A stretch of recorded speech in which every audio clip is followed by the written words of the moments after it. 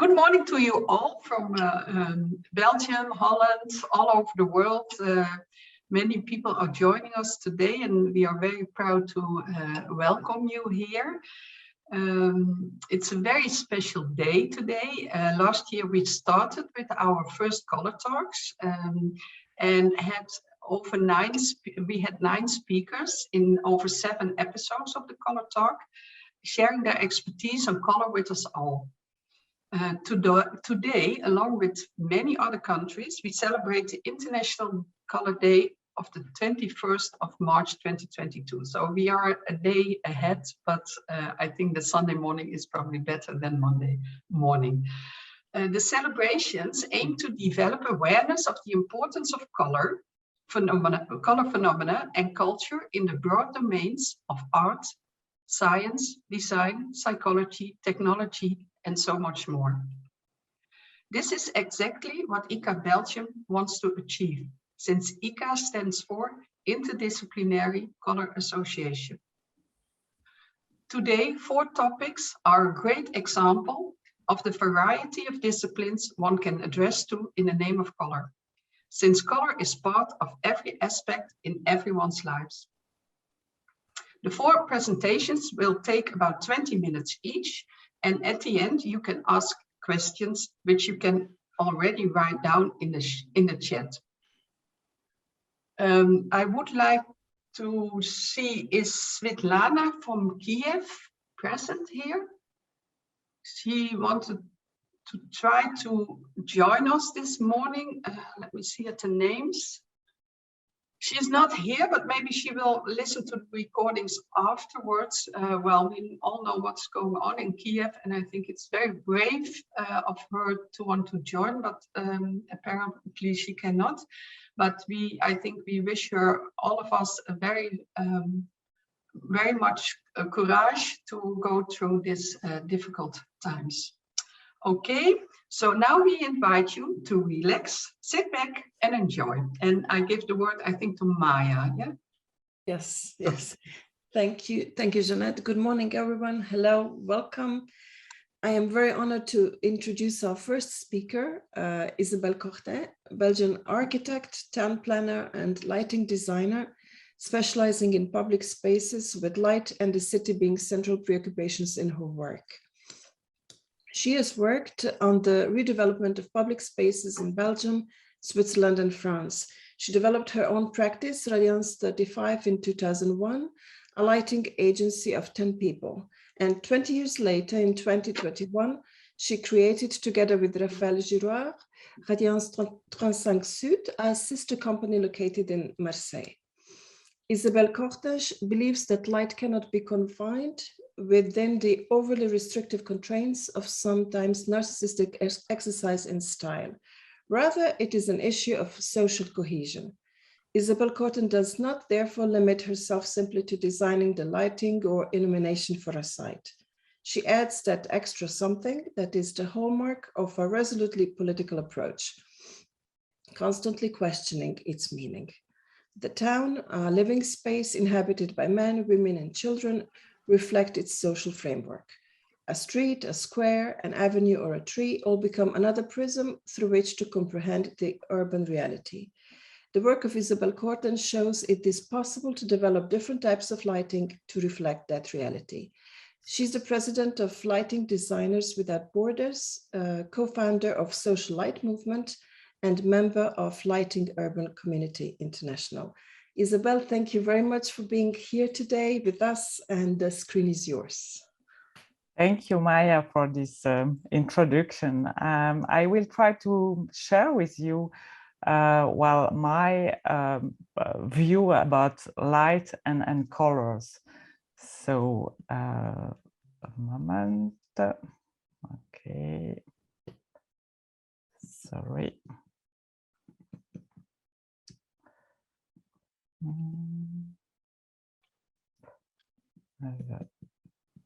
I'll do it. Okay, sorry.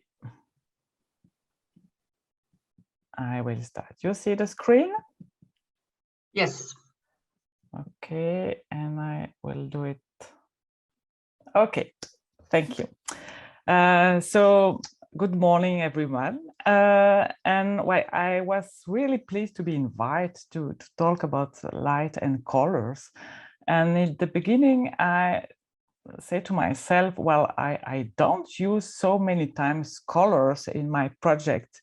By the way, I defend the using of no colors, you will see. But after that, I see all my projects in the website and I say, oh, yes, sometimes and often, really, I use colors. So, well, the question is, colors or not color, that's a question when I use it and when I defend it not to use it. But first, a quick introduction of who I am. You present me, of course, but I will share with you my topics and why I do like this, my job. I like to start my presentation with this picture of it was the New Year Eve in Brussels 2 years ago, and this lady walking on the tightrope by night with rain and going right in the right direction, looking for the light. For me, it's an image of who we are as the lighting designer. And yes, I create my own company in 2001, and I moved. You see here in the picture, I moved of location first in Brussels, and I was alone. I'm an architect and town planner, and I discovered the world of lighting design in 1995 in an office in Brussels, and then I move and I grow. And now, like you say, we have a sister company in Marseille. I present this picture to tell all my work in my company, that is Radiant 35, but also in this association that I am linked, and now also with the Executive Master in Lighting Design that will begin in October in the University of Brussels. All my work is about transmission to people, to clients, to users, but also to learn about this user client. So it's a work from bottom up and in reverse. So it's why I work. But I'm not alone. I work with a team to do that, and my team is really in a way diverse. Of course, architect, because I'm architect, so I look for other architects, but also landscape architect, anthropologists, because we work a lot with people, the field engineers, and so we work together to create this project. And our references are in exterior lighting, so we work even, well, 90% of the time with public administration. We work in, like you say, Maja, in 3 countries, in Belgium, Switzerland and France. And yeah, we have the first topic that the cities ask us is the heritage lighting, but we work in lighting master plan. That is the part of urbanism, my background of town planner. We work in landscape architect, lighting, and we work also, like you say, it's one of my topics, and even is the reason why I began to work in light. It's the links between light and feeling of insecurity, how to enhance that, how to work with people and to find more social cohesion. So I come back to the topics of the day. So like I say, colors, where and why and how I use colors in my projects. For today, I choose some recent project to share with you how I use that, and you will see that there are like different, but I think that the common thing in this project, in this colors project, is that I use and we use together, Radiance 35, the colors as an invitation to go through, to discover things. And you will see after, when it's not necessary to use the color, we don't use it. Here is an example of a little museum in Schaerbeek. It is a district in Brussels, and it's a little small project, even in budget. But they ask us to lit the entrance and the yard just behind of the museum, the Maison des Arts. This is a contemporary little museum, and the purpose was to do the links between this very a crowd surrounding multicultural, this the street just behind is with a lot of cars and tram and whatever. And so it was to invite people to go through the door and to discover this atmosphere of this little museum. We use the logo with a projection, but the colors was to link the street with the white light, and we see it here, of the Maison des Arts and the courtyard. So we say, okay, which colors we're gonna use, and well, light is very linked with the material. So you choose the colors also with the material that you play with. And so we start with a very yellow light, almost white light that is linked with the Maison des Arts. And because we have a brick walls, we start putting more and more warm light, so orange, red, and then to go to the other part of the entrance that is with purple color. So that is the progression. And what is also linked, you will see in this the project, is that we use colors also to give a rhythm in the place. So the second project, very different, but in a way similar. This is an underground passage in Jet, that is another district of Brussels. And the challenge was to do some light, to invite people to go through, and also to enhance the feeling of security. It also is a gender preoccupation. So we work also with people and participatory methodology, and we find that we could also have a rhythm to understand how we can go and to give the desire to go through this passage. And for the choose of which color, it's obvious when you see this place. We use the yellow colors of the place and the white, and so we work like this. And with the graffitis and whatever was also even part of the project, and it goes through. The third project is a very recent project that we have done in Molenbeek. It's another district of Brussels, very crowded and very multicultural also. And it's a metro station, and it's a link between two parts of the metro station. And you will see here, it's more, you understand more what's the topics. The topics, there is a tunnel that is not under, but above the railway station. The tunnel linked the two parts of the station. And we have done also participatory walking by night with the people. And the people say, okay, there was light, there was a lot of light, but it was so long tunnel that we are like almost scared with this too much light, and we don't see the end. So we work with the transport company, and it was not so easy, because they say, well, we're going to change this tunnel in 2-3 years. We don't do anything. It's not allowed or whatever. So we say, okay, we can do something very cheap. And by the way, we only use filters on the existing lighting. So we put this filter and it's the same. You see, this is a rhythm of light.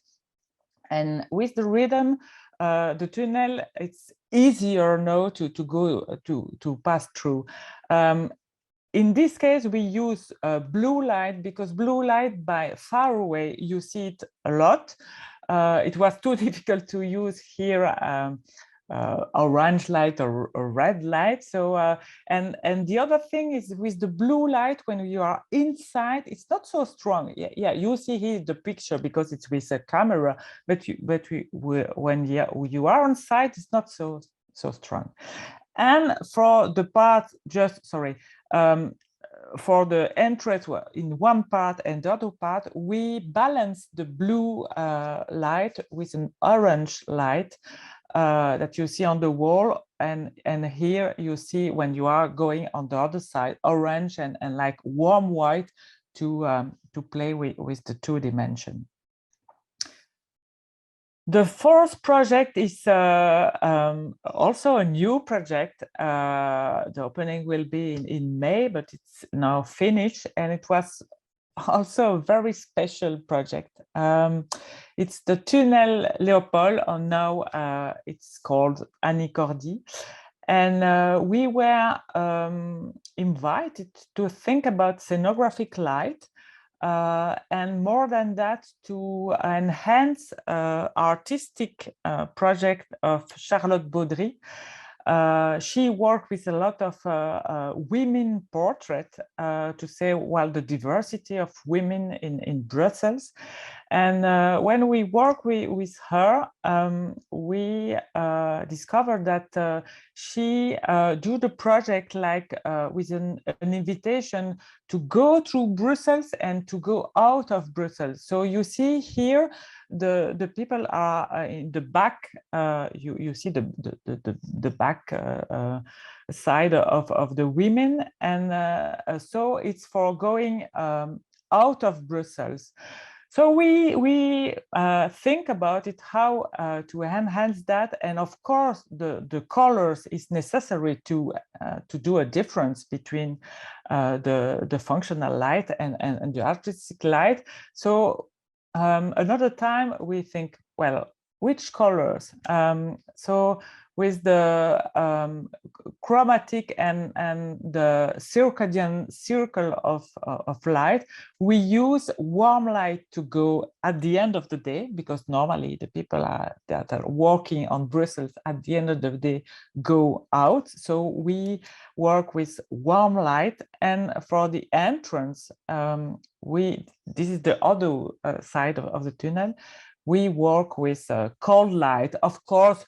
For the balance between two, we put some accent in warm light, but the idea is to have cold light to enter in the morning in the city of Brussels.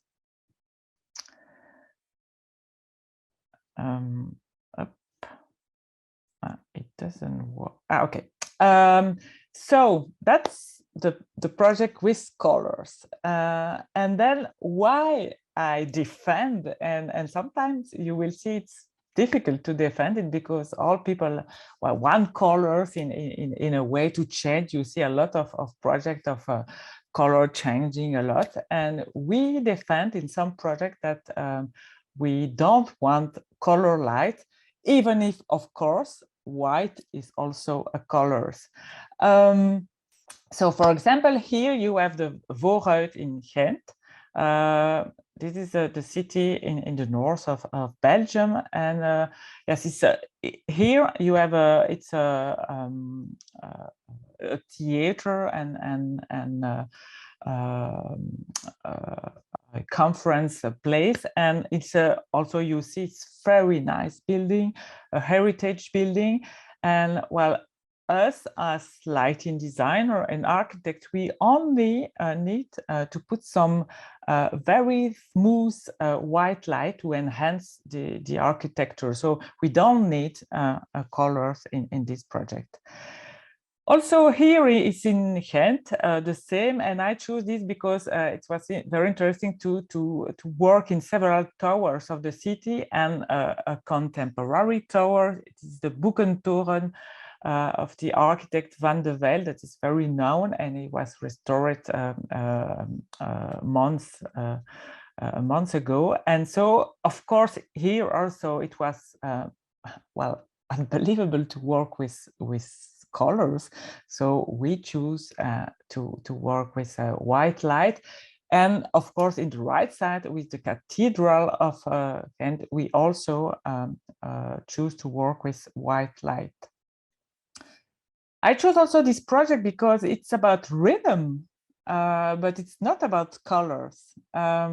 So this is Rue Marché au Fromage. It is nearby the Grand Place in Brussels, and we were invited to lead this there is a lot of restaurant shops and whatever, a lot of animation in this street, and we have the task to illuminate the building. And so we think that the important thing in this street was the rhythm of the windows. And so we start to work with these LED elements to do this rhythm on the street. And we choose not to use colors, even if in the participatory process with the owner of the restaurant, they want a lot of colors. We say, no, there is too many, in a way, colors in the first level, and we think that the attention will need to be for the commerce and the restaurant, and for the other side, we think that it's enough with only the rhythm and not using colors. This is, and I choose also a very different project. We had the task, and it was very interesting for us to do the lighting of a cave. And I'm very pleased because after 2 years of COVID, we're going to do the opening in the 1st of April. So it's very soon. It's the Grotte de Goyet that is nearby Namur. And of course, here also we work only with whites in not in singular, so different white, to enhance the magnificence of these stones and the materials and whatever. So it was in this way the better option was to use white light. And then after to finish the presentation, this project is also a resume about how sometimes we struggle with our clients not to put some light. This is the town hall of some colors, sorry, not light, of course. This is the town hall of Neuchâtel in Switzerland, and it's, you see, it's very classical building. And the client, the politics ask us to do a project, and you see everywhere that change of colors, by the way. And I remember I was on the test night, and we were with some colors, blue, red, and I say, no, it's not possible. This building, we don't need that. And so we convince the politics that using different whites, it could be so modern that with colors, and we can do it something very interesting. And so for the opening, we create some little spectacle of with the theme of 4 seasons. And so we use also colors of white that are linked with the season. I mean, cold in the summer and warmer in the winter. So it shows that we could do something very modern in a way, not using colors in light. So I will end my presentation with a little video to show how we do that. So I hope it will work.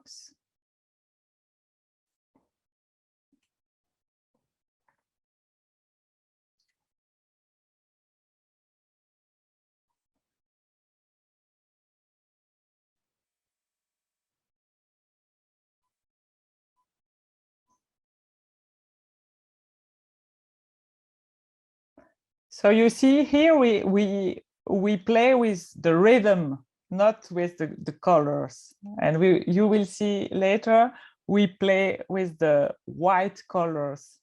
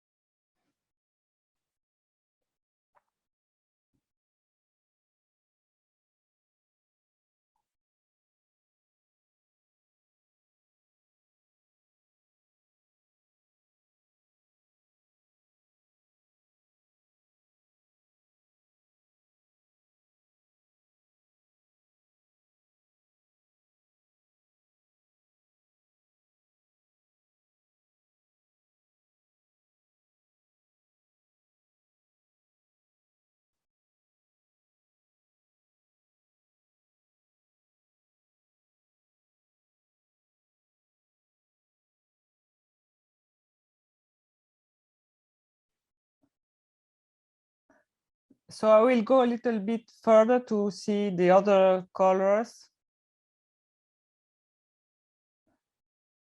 You see here, this is the winter, so we're gonna go through warmer and warmer light.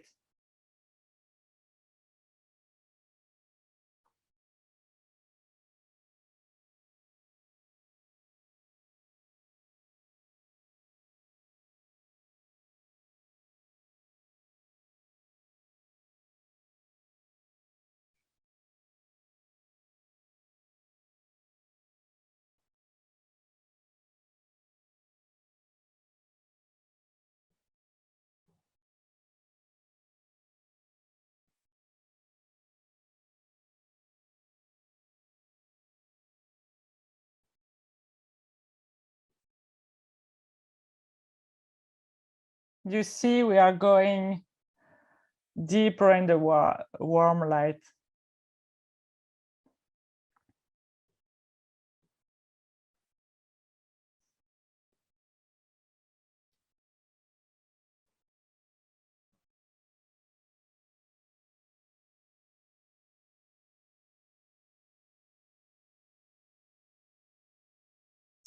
So thank you for the invitation, and I hope there will be a lot of question after that. Thank you.